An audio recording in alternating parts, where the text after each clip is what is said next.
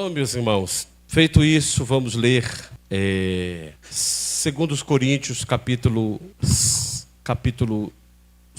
4, versos 7 ao 10. Temos, porém, este tesouro em vasos de barro, para que a excelência do poder seja de Deus e não de nós.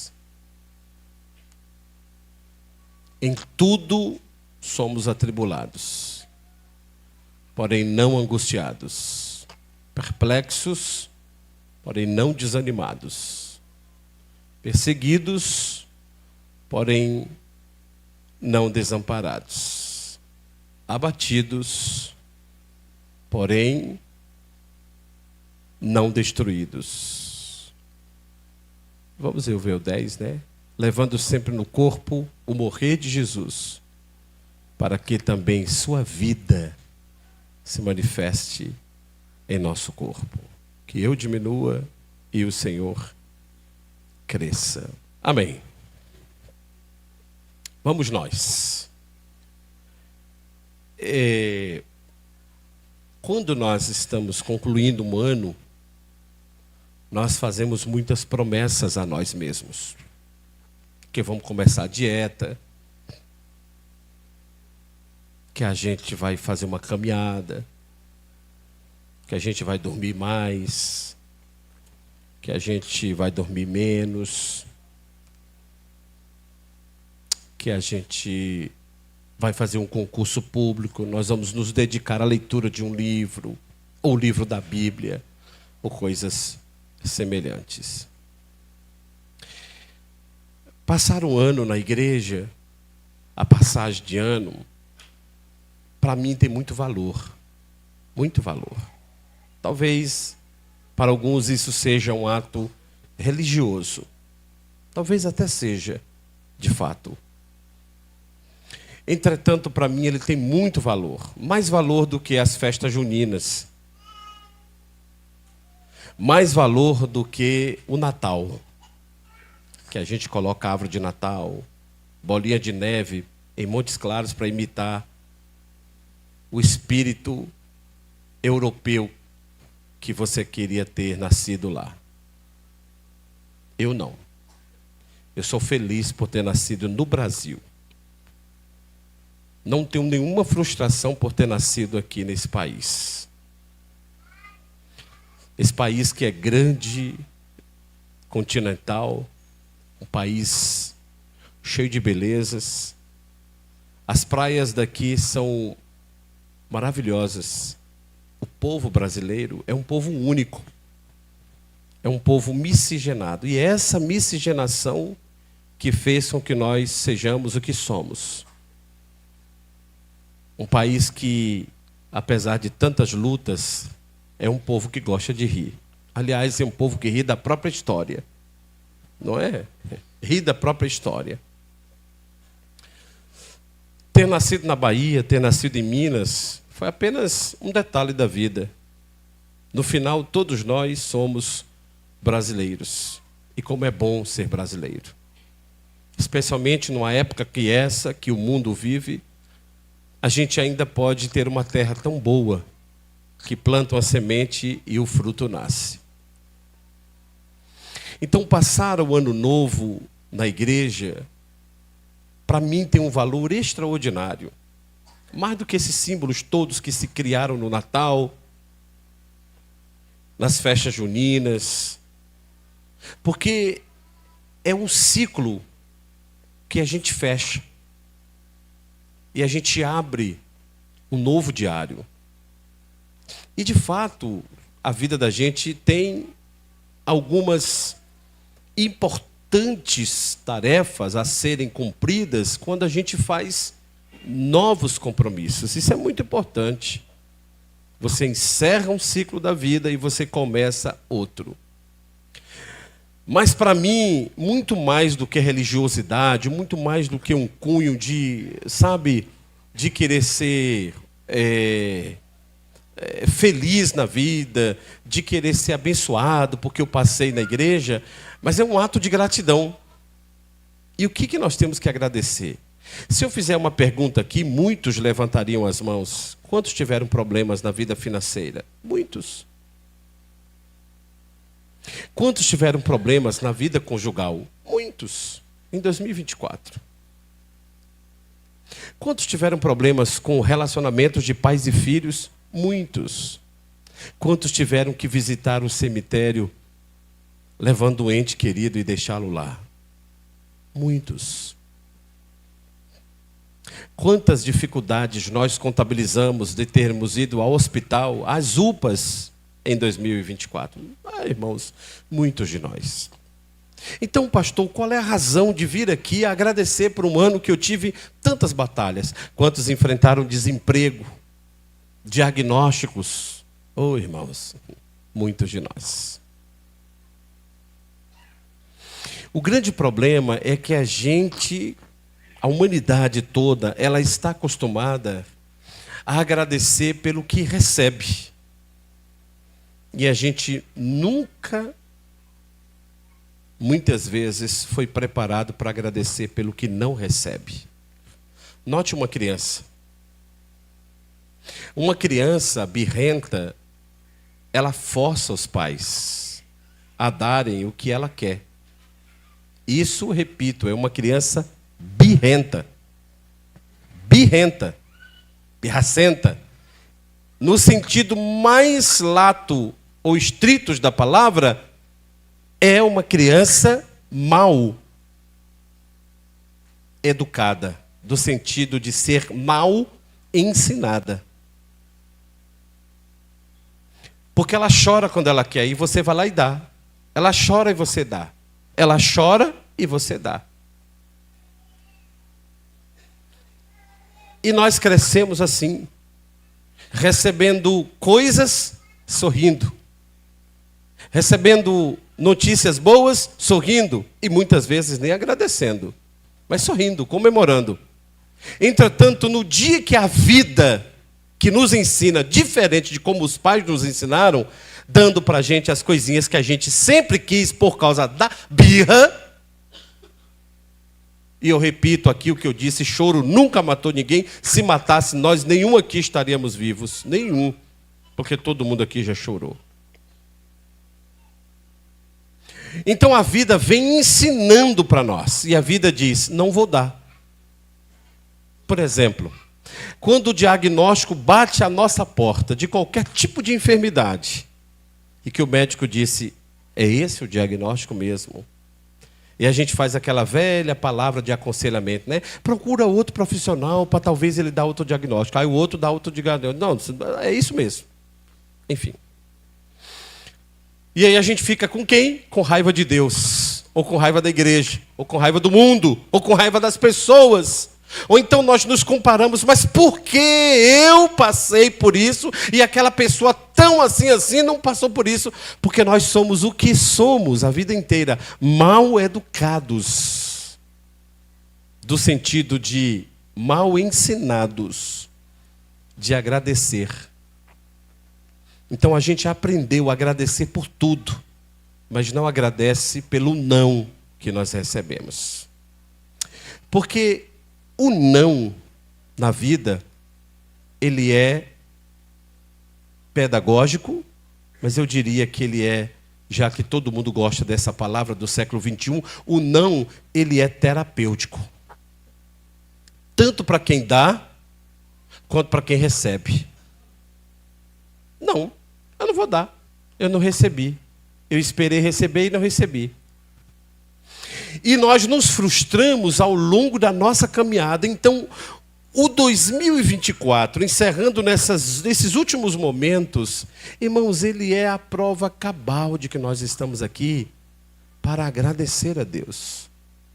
Pastor, mas o senhor falou tanta coisa aí que até já aconteceu comigo e tal, e a gente tem que agradecer. Pois é, eu repito, esse é o segredo da vida, é agradecer pelos dias maus que nós tivemos. Porque todo dia mau, ele foi uma pedagogia de Deus. Ele foi uma forma de Deus nos revelar Ele. Certamente, uma multidão de igrejas deve estar a esse exato momento fazendo uma espécie de crendices ou misticismos. Me permita dizer. Coisas do tipo, você é vitorioso, você vai vencer.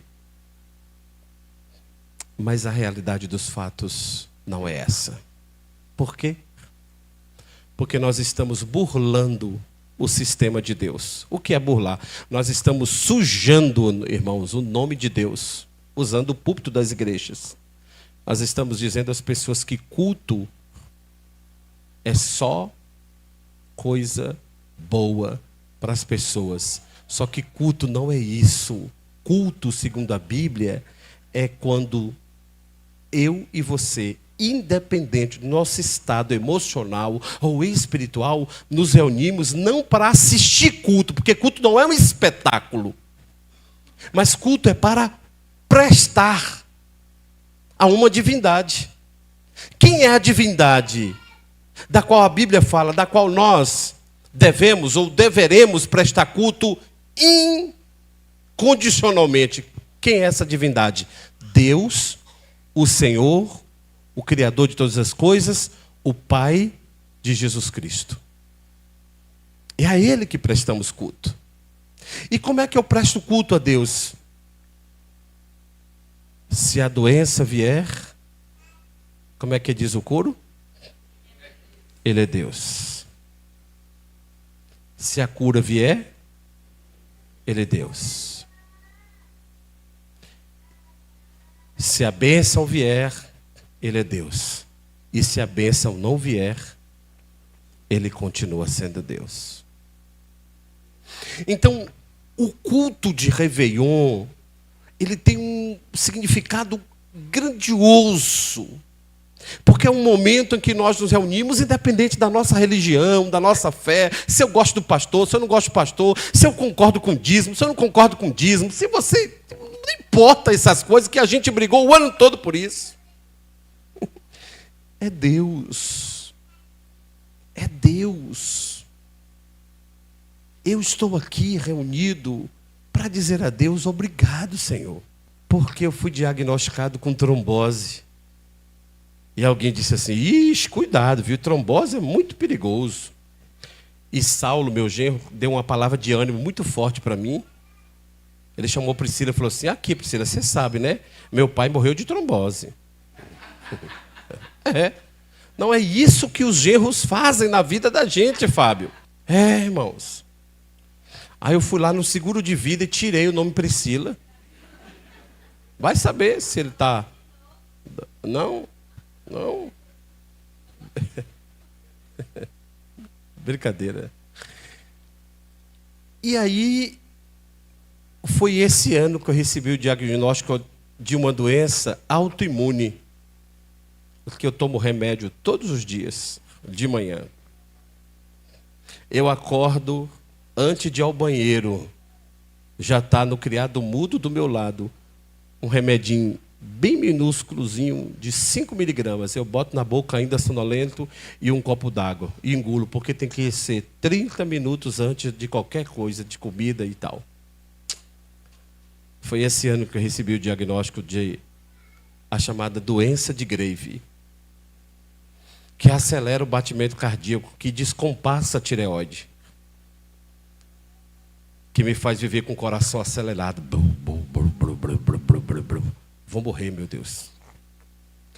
Foi esse ano que uma médica disse para mim assim, evita a roça, evita lugares distantes, onde você não possa pedir socorro. Foi esse ano que eu recebi esse diagnóstico. E foi esse ano que eu tenho que andar vestindo, calçando meia.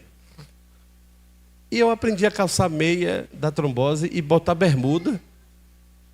Ir para a rua e o pessoal perguntar, você está fantasiado de Chaves? Eu disse, não, de Kiko.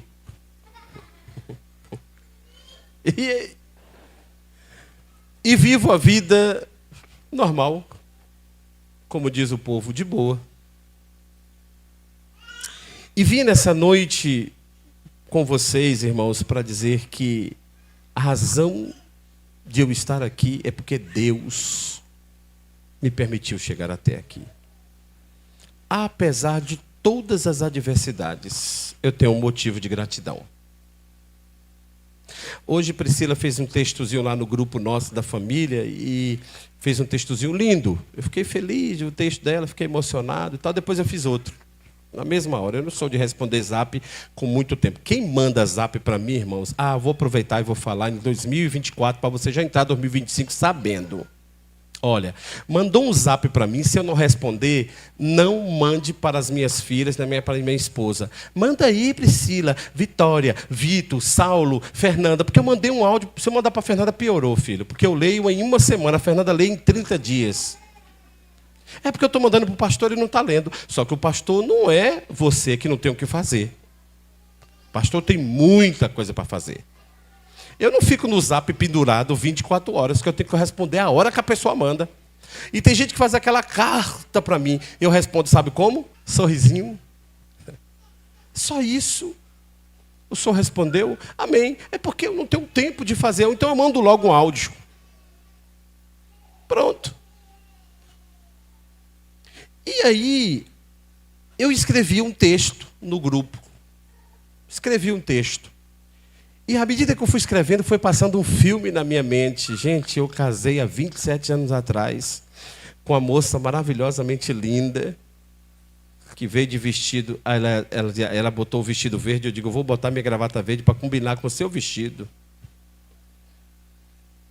Eu falei, gente, há 27 anos atrás eu estava casando com a moça, gente, eu era solteiro, cheio de expectativa, e estava casando, daí a vida passou, Priscila agora já vai ser mãe, eu já vou ser avô, Vitória já tem um candango também na minha porta, meu Deus, as coisas estão ficando muito rápidas para mim, Arlindo, segura o pé que quando começa uma desengrena todo mundo, é uma coisa terrível, Arlindo. Aí... não tem jeito. E eu olhei para trás e falei, gente, eu vou fazer 50 anos, vou ser avô, estou com hérnia de disco, tive trombose, doença de Grave, eu não sabia nem o que era isso. Grave que escreve greve. Grave. Bota o grave. R.R. Soares. Fica mais gostoso com grave. Amém, pessoal? Pois bem...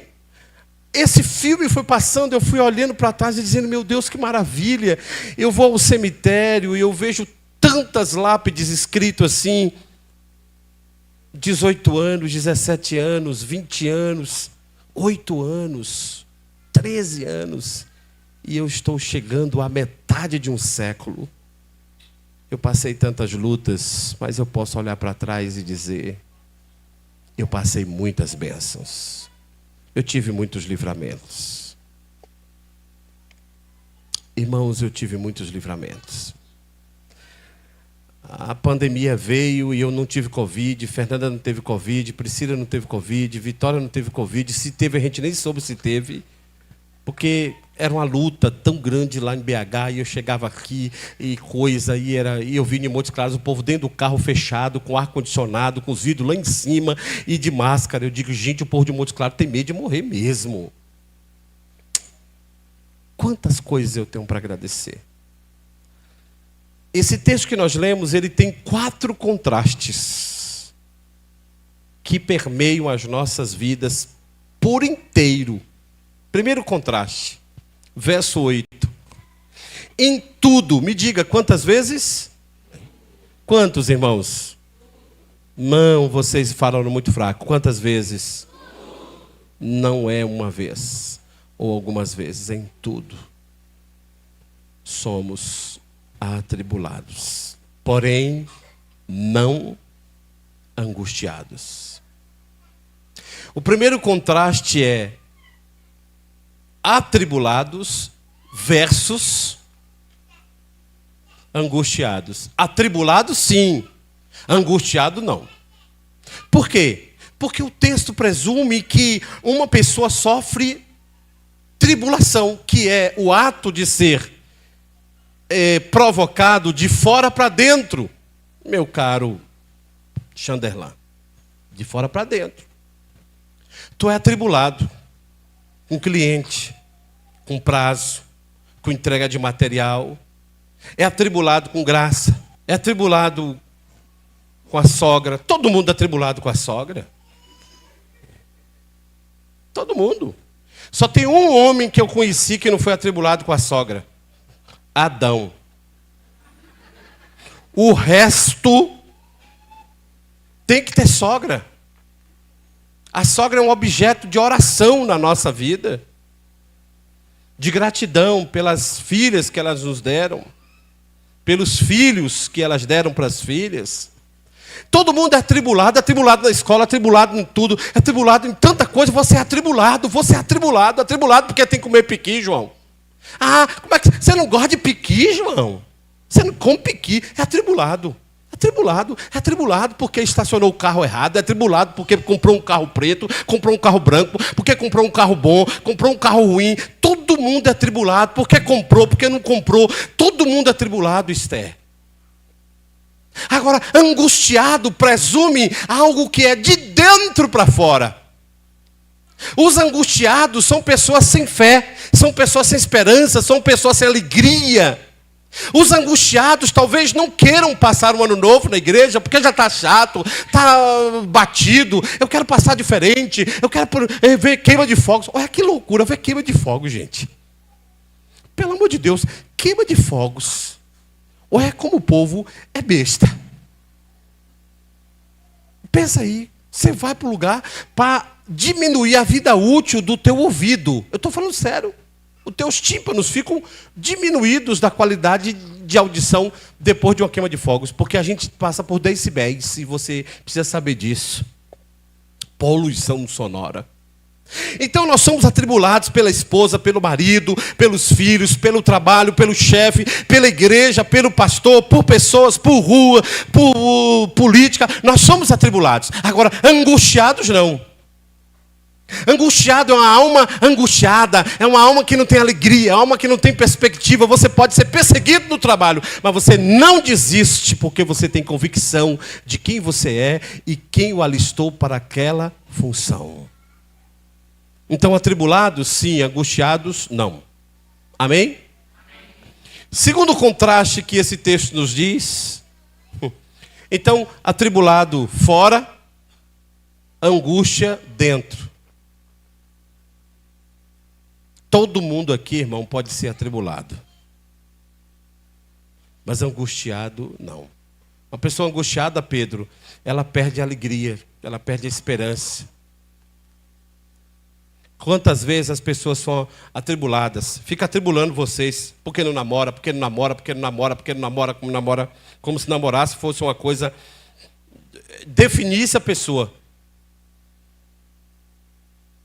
E tem gente que não namora e fica atribulado e depois fica angustiado. Aí a primeira pessoa que vem na vida, namora. Só para dizer, estou namorando. Pega uns trem ruim, uns trastes ruins e namora. Ah, estou namorando. De tanta tribulação, angustiado. Quem não tem angústia pode ser atribulado, porque fica, tu não namora. Mas a pessoa que não é angustiada, ela fica de boa. Deus está preparando meu namorado do jeito que eu pedi a ele. Minha namorada do jeito que eu pedi a ele. Está no forno de Deus. Mas o atribulado, o angustiado, ele vai no primeiro e pega. E depois paga um preço. Paga um preço. Segundo contraste. Verso de número 8. Perplexos. Porém, não desanimados. A palavra perplexo significa o seguinte: você pode ficar chocado com a decisão de alguém. A palavra perplexo, entre outras palavras, é algo que é como se estivesse dizendo assim, ó, eu vou te encurralar. Só que você não fica encurralado, você fica admirado com aquela... Você fica assim, meu Deus, mas... Por exemplo. Quem matou Abel? Caim era o que de Abel? Ah, meu Deus! Da mesma família, de dentro da minha casa, eu não acredito numa coisa dessa. Aí vai viver depressivo porque fulano...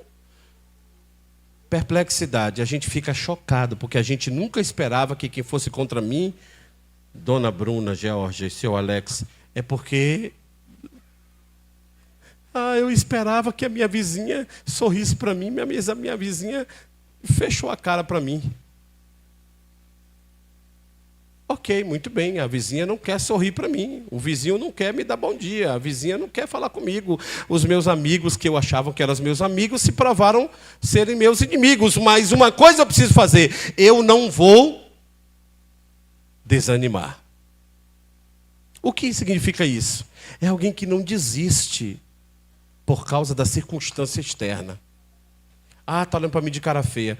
Tá, tudo bem, é uma questão dela. Eu até fico admirado com isso, porque eu pensava que era outra coisa. Mas eu é que não vou desanimar. Eu tenho um propósito, eu tenho um caminho. Quando Neemias estava reconstruindo os muros, chegaram para ele e falaram: Neemias, pelo amor de Deus, estão vindo aí, o pessoal falou para o rei lá, que é para a gente parar a obra. Neemias falou assim: foi. Pois agora que a gente vai começar a obra. Todo mundo pega uma espada, bota na cintura e uma colher de pedreiro na outra mão. E vai vigiar o muro. Se alguém passar aqui, espada. Mas enquanto não vem ninguém, colher de pedreiro para construir o muro. Em outras palavras, ele disse: nós já sabemos que eles vêm, que estão contra nós. Mas nós não vamos parar a obra, porque essa obra é grandiosíssima e é da parte de Deus. E quem foi que deu queixa para o rei sobre Neemias? Os próprios judeus, que eram das outras cidades vizinhas, que não estavam trabalhando, mas estavam com raiva dos caras que estavam trabalhando. Os judeus, que eram donos também de Jerusalém, eles foram lá para os caras, falaram: estão construindo a obra lá, mas não é para Deus não, estão fazendo para tomar o lugar do rei. Fuxico, mentira. De dentro da casa, de dentro, isso deixou o povo perplexo. Ele disse para nós hoje o seguinte: a gente pode até ficar perplexo, chocados com a atitude de alguém, mas isso jamais pode tirar a minha alegria, o meu foco, porque eu não estou focado no que as pessoas estão dizendo ao meu respeito, mas o que eu tenho para cumprir por aquilo que Deus determinou para que eu cumprisse. Amém? Então, eu não desanimo, eu estou olhando para frente. Então, em 2025, eu quero dizer para você que veio aqui todo achando que é só uma palavra de vitória, eu vou te dizer uma coisa muito vitoriosa: você vai ser atribulado em 2025. Não é porque vai virar o badalo do relógio essa madrugada que o teu chefe não vai deixar de ser um mala, ou você vai ser bonzinho a vida toda. Vão pegar pesado com você e conosco. Só que a gente precisa decidir algo. Angustiado não, porque o meu coração tem alguém que mora dentro dele, o nome dele é Jesus, e Jesus não dá lugar para angústia. Segunda coisa, eu posso até ficar admirado, porque aquele que eu achei que era meu amigo se revelou meu inimigo. Entretanto, eu não vou parar, não vou desanimar, porque eu sei o que eu tenho para fazer. Amém? Terceiro contraste, verso de número 9. Perseguidos, mas não desamparados. Muito bem. Perseguido, não desamparado. A palavra perseguido significa caçado. E a palavra desamparado significa desertado. Repare bem a diferença das duas. Eu e você podemos ser caçados, como animais. Flecha para todo lado, o algoz atrás da gente, o caçador. Lembra do Salmo 91? Ele te livrará do laço do passarinheiro. Do passarinheiro. Eu preguei isso aqui domingos anteriores. Ele te livrará do laço do passarinheiro. Isso não quer dizer que nós não teremos tocaias, que nós não teremos emboscadas, que nós não teremos vidas de perseguição. Nós teremos. Seremos caçados. Mas desertado é diferente, porque a palavra desamparado quer dizer que alguém que está te ajudando ficou decepcionado com você e tirou a mão da sua vida e disse: não, eu vou largar de mão a vida desse homem aí. Não. O que acontece, a cena é mais ou menos essa.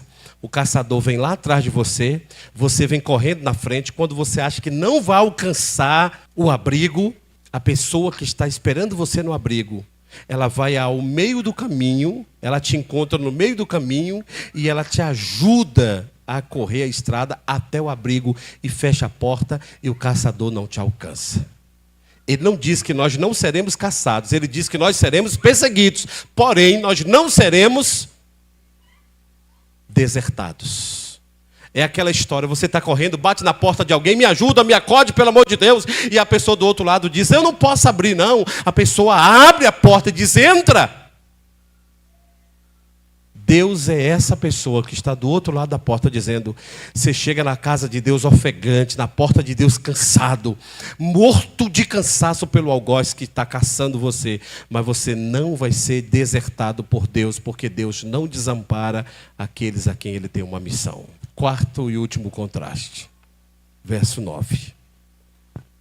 Abatidos, mas não destruídos. A palavra abatidos, no original, é a palavra mais dura desse texto. E eu fiz toda essa viagem para ficar nessa palavra com os irmãos.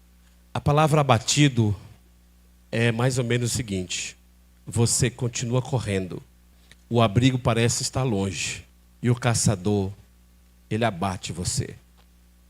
Só que o abate da palavra abatidos não é abate do abate militar. Alvo abatido, Senhor. O original da palavra aí, abatido, significa, sabe aquele instrumento que tem uma corda com 2 pezinhos na ponta de cada extremidade? E o caçador, irmã Érica, ele põe no meio e ele gira, gira, gira, gira e joga. E ele joga nos pés. A palavra abatido no grego significa laço que puxa para baixo. E quando ele joga aquele instrumento, os 2 pesos na ponta da extremidade fazem uma circunferência de laço. E a pessoa embaralha os pés, não pode correr e cai. A presa foi aprisionada. A presa foi abatida. E agora, o que faz o caçador, meu caro Gabriel, cabeça branca? O que faz o caçador? Ele vai até a presa e ele puxa o seu cutelo e na hora final de desferir o golpe para eliminar a presa para sempre, o texto diz: não destruídos. A ideia grega das 2 palavras que para nós aparecem separadas, não destruídos, é uma ideia de que essa presa foi arrastada pelos pés, por uma força, por um salvamento, que o cutelo chega a encaixar na terra, mas não alcança a presa. Vocês estão entendendo, sim ou não? Estão vendo a cena? Alguém correndo, jogou o pêndulo das 2 extremidades, prendeu as pernas do camarada, ele caiu, se contorcendo, veio o algoz para dar a última de todas as suas facadas, o golpe final. E alguém pelos próprios pés, puxa a presa e a faca bate no chão, enfia na terra, mas não abate, finalmente, porque a palavra não destruídos é a conclusão do abate. É interessante porque a palavra abatidos, porém não destruídos, no grego poderia ser abatidos, não destruídos. Em outras palavras, elas podiam ser assim: capturados, mas não destruídos. Capturados, mas não mortos. O que Deus está dizendo para nós? Que a vida nossa é feita de algumas vezes de quedas. E que o inimigo das nossas vidas, ele aborda a gente com laços que puxa para baixo. A palavra destruir significa perecer. Não. Ele não vai perecer. Se isso acontece no mundo espiritual, é mais ou menos assim: você é culpado de alguma coisa. O credor da sua vida, ele quer a sua vida. Ele não vai deixar você viver. E a regra de quem deve nesse sistema espiritual é que tem que pagar com a própria vida. Aí, Warley, a nossa dívida, que é uma dívida confessa, é uma dívida real e espiritual, porque pecamos, e o algoz da nossa vida, o nosso caçador, é o inimigo das nossas almas, segundo a Bíblia, é o inimigo de Deus, ele corre fustigando atrás de nós. Já que ele não paga a dívida, ele que pague com a própria vida, ele não vai viver. Um coração amargurado, o inimigo corre atrás de nós, numa sede terrível para nos derrubar. E quando ele atinge as nossas vidas, que ele nos laça, por qualquer que seja a circunstância, e ele nos põe ao chão, então o algoz olha para a nossa cara, João Fernandes, e diz: não adiantou você correr, eu peguei você, e agora você é meu, você é minha. Só que no sistema espiritual, para haver pagamento, tem que haver um derramamento de sangue. Então, lembra daquele que está na porta do abrigo esperando a gente? Para não desamparar, que não desampara, que não deserta? Ele não é um cara que está dentro do abrigo, Lília, e ele fecha a porta, minha filha, e fica de cá, eu não quero nem ouvir, mas ele vai morrer agora. Não, quem está dentro do abrigo, ele não deserta, ele não abandona, ou seja, ele não desampara. Ele sai do abrigo e vai até o local onde nós fomos capturados. E ali mesmo, quando o algoz olha para nós e diz: você é minha, você é meu, não adiantou correr porque eu te peguei e você caiu. Por essa e essa circunstância nós somos laçados. Então ele puxa o seu cutelo, o seu punhal, sanguinário, para dar o último golpe fatal e destruir de uma vez por toda a nossa vida. O Senhor do abrigo, que não desampara, ele puxa a nossa vida do alvo do punhal e deita embaixo do punhal, na ponta do punhal. E quando o punhal desce, que crava o coração, não é o meu coração, não é o seu coração, é o coração do homem do abrigo, chamado Jesus Cristo. Ele trocou de lugar. O nome disso é remissão. Eu expliquei um pouco no domingo pela manhã. O que é remissão? A palavra remissão, ela surge da ideia de alguém substituir outro. Você é um soldado de plantão, ou você é um enfermeiro de plantão, e lá alguém chega e diz assim: quem é que vai me remir, ou quem é que vai me render hoje? Ah, é fulano. O setor não pode ficar sem um profissional, quer seja guarda, quer seja enfermeiro, quer seja médico, quer seja segurança, qualquer outra área desses plantões de 12. É preciso que alguém venha me render, que quer dizer substituir o meu lugar. O nome disso é remir. Por isso surgiu a palavra remissão. Cristo trocou de lugar conosco. É por isso, meus irmãos, que nós temos esses 4 contrastes que definem a nossa vida e a nossa vitória. Veja o verso 10. Tão claro quanto o lindo dia de sol. Diz o texto: porque Cristo levou no corpo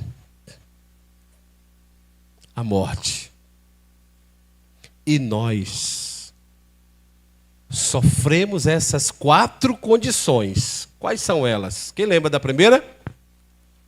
Atribulados. Segunda? Perplexos.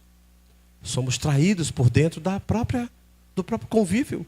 Quem traiu Jesus? Judas, um dos 12. Que coisa perplexa.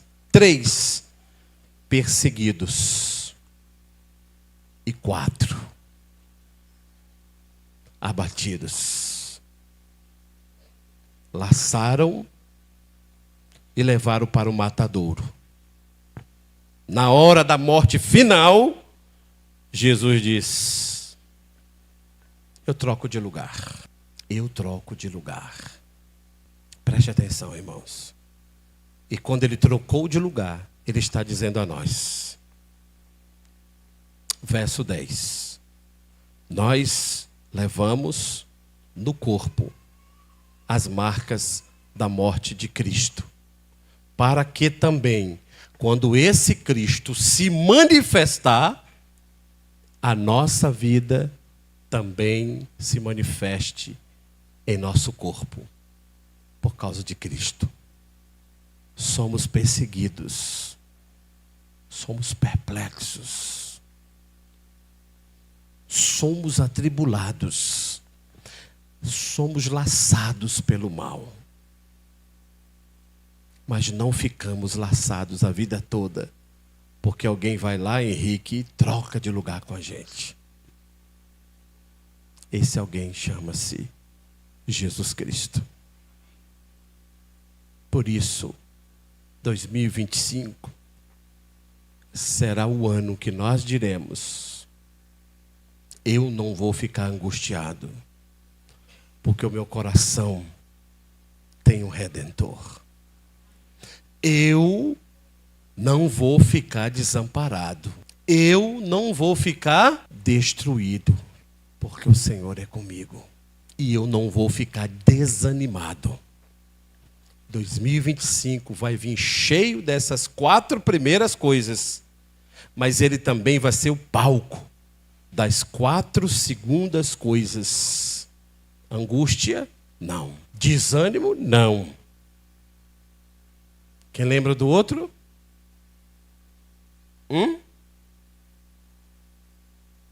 Desamparados, deserdados? Não. E destruídos? Também não. Essa é a razão porque nós devemos passar um ano na igreja dizendo: muito obrigado, Senhor, porque eu tive tantas tribulações, tantas perseguições, tantos momentos de abatimentos, mas em nada disso eu fui abandonado. E melhor, eu estou aqui, porque eu não fui destruído. Amém? Nós vamos orar. Essa oração é uma oração de gratidão. É uma oração de dizer: Senhor Deus, obrigado, porque eu não fui destruído. Você entende que isso que eu falei aqui foi uma verdade para nós em 2024, sim ou não? Não é forçação da barra não, mas a gente foi atribulado muitas vezes, sim ou não? Em tudo, diz o texto. Você ficou perplexo com pessoas que traíram você durante esse ano, sim ou não?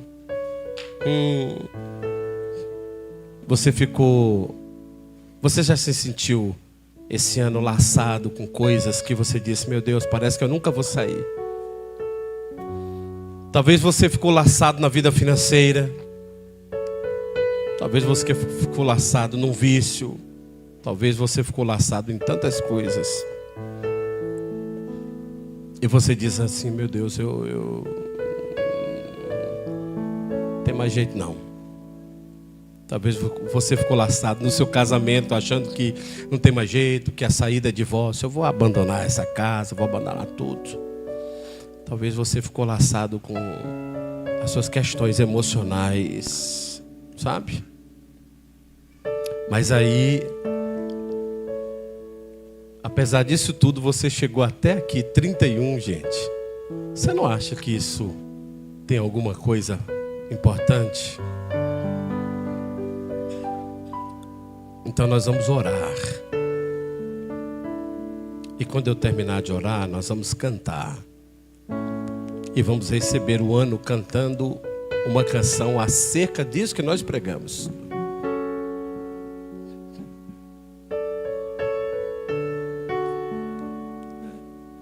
A gente ouve uma canção linda. Eu gosto de ouvi-la em casa. Outro dia eu estava ouvindo com Vitória. Eu fui ouvindo chorando. Ó Deus, reaviva a tua igreja de novo. Eu queria ter a coragem dos santos em plena arena, enfrentando os leões. Quanto mais a fogueira queimava, mais se ouvia o louvor dos nossos irmãos. Aquele povo era perseguido, aquele povo era maltratado, aquele povo era abatido. Mas ninguém conseguiu destruir aquele povo, porque marcas daquele povo estão nas nossas vidas hoje. Nós somos um povo que ainda é perseguido, você, nós, todos. Mas ninguém consegue destruir. A razão? Porque somos alguma coisa? Nem pensar. Mas é porque Deus é o nosso refúgio. Ele não permite que o golpe fatal de Satanás alcance a nossa vida. De novo, mais uma vez, em Crônicas de Nárnia, quando Edmundo vai ser levado ao julgamento para morrer no punhal da rainha má, o grande leão troca de lugar com Edmundo e morre naquela noite terrível. Momentos depois, o leão ressurge e Edmundo está salvo, porque o leão toma o lugar do menino pecador. Jesus tomou o nosso lugar quando o diabo diz: eu vou te destruir. Mas ele termina o texto dizendo: nós seremos até abatidos, mas não seremos destruídos. Feche os seus olhos, vamos orar. Deus, obrigado, Senhor, porque nós estamos aqui. Quando olhamos para trás, em 2024, um ano cheio de desafios, o mundo chorou pela seca, o mundo viu enchentes varrer estados inteiros no sul do Brasil. Nós choramos, ó Deus, a perda de pessoas importantes. Nós nos despedimos. Nós clamamos por cura, pelo milagre. Em 2024, Deus, nós sonhamos um templo para esse local. Nós investimos, nós suamos, nós trabalhamos. Em 2024, nós recebemos tantos diagnósticos que não eram bons. E apesar de alguns irmãos queridos que se foram na frente, eles estão com o Senhor. Nem isso foi capaz de destruir a tua igreja.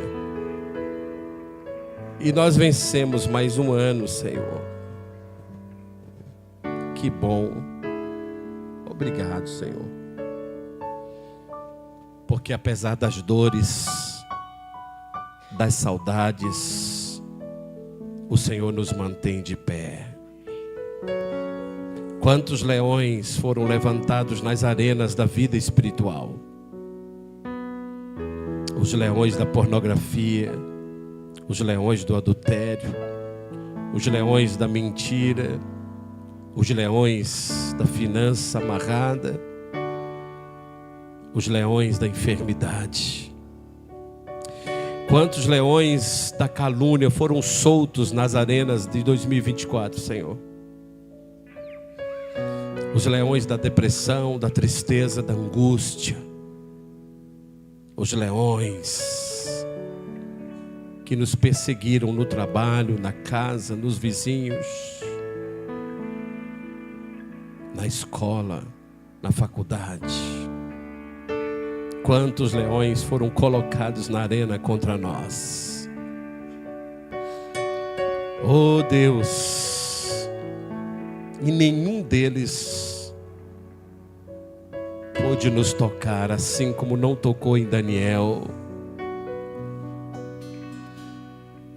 Ninguém pôde destruir a nossa vida, porque a nossa vida, como diz Paulo aos Colossenses, está escondida em Deus, em Cristo. Nós somos guardados debaixo das asas do Altíssimo. Nós caminhamos pelo vale da sombra da morte e o Senhor foi o nosso pastor. Quantas vezes os nossos lares foram abalados, quantos casamentos foram sacudidos, mas eles estão aqui, Senhor. Oh Deus, essa é a nossa razão de estarmos aqui, a bondade, a fidelidade do Senhor, porque no final nós todos somos falhos, pecadores. Mas os leões não destruiu a igreja. O Coliseu não destruiu a igreja.